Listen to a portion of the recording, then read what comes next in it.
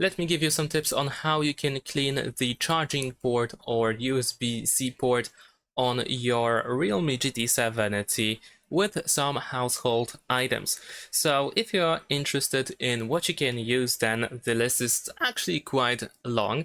You can, for example, use a toothpick or wooden or bamboo skewer. You can also prepare a soft toothbrush, compressed air, cotton swab or Q-tip, and of course a flashlight can also be quite handful.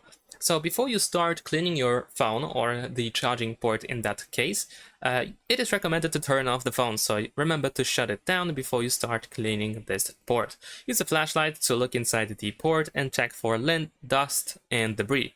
You can gently insert the toothpick or wooden skewer and carefully scrape out any visible lint or dirt. Don't push too deep, just the surface. You don't want to damage the charging port by accident. You can brush lightly using a soft, dry toothbrush to loosen and remove more dirt. If you have compressed air, you can give a few short bursts. Hold the can upright.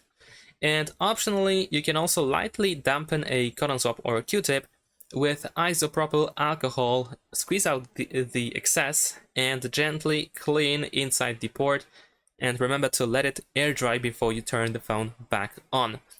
It is not recommended. You should not use metal objects such as paper clips, needles, pins, etc. These should not be used for cleaning the charging port. Of course, you should not use water, and it is not recommended to blow into the port with your mouth as it adds moisture. And you don't want to use too much force, you don't want to force anything into the port because you don't want to pretty much damage the port. And that's pretty much it. Thanks for watching, leave a like and subscribe.